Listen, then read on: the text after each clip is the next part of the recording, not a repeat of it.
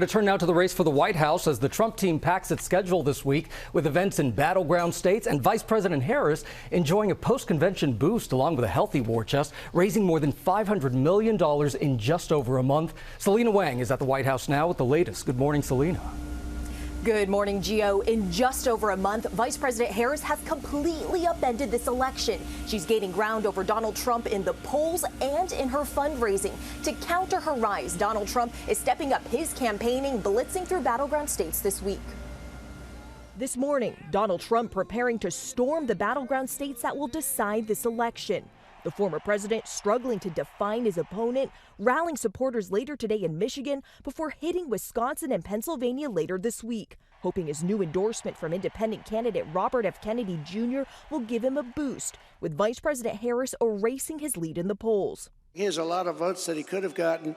I think he's going to have a huge influence. The former Democrat now suspending his campaign that was in part fueled by conspiracy theories around vaccines and COVID. We talked about not about the things that separate us because we don't agree on everything, but on the values and the issues that bind us together. Trump ramping up his campaigning to counter Harris's rise. Her campaign reporting they've raised more than $500 million in just over a month, with the most donations pouring in the hour after her acceptance speech at the Democratic National Convention on Thursday night. Harris striking a moderate tone, trying to appeal to independents. I will never waver in defense of America's security and ideals, because in the enduring struggle between democracy and tyranny, I know where I stand and I know where the United States belongs. As part of his new offensive, Trump trying to strike a new tone on one of his biggest vulnerabilities, abortion, writing over the weekend that his administration would be great for women and their reproductive rights.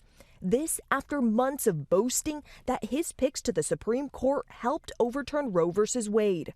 His running mate, Senator J.D. Vance, now committing that Trump would not sign a federal abortion ban, something Trump has repeatedly waffled on. Would he veto it? Well, I think it'd be very clear he would not support it. I mean, he said that explicitly. Yeah, I mean, if you're not supporting it as the President of the United States, you fundamentally have to veto it. So he would veto a federal abortion ban? I think he would. In response, the Harris campaign says the women of America cannot trust what Donald Trump and J.D. Vance say because they've already seen what Donald Trump and J.D. Vance have done. Trump ripped away women's freedoms in all 50 states by overturning Roe. Harris is also getting back on the trail this week with a bus tour through battleground Georgia, but she's also focused on debate preparation ahead of her first face-off with Donald Trump on ABC News on September 10th. Sade? Okay, Selena, thank you.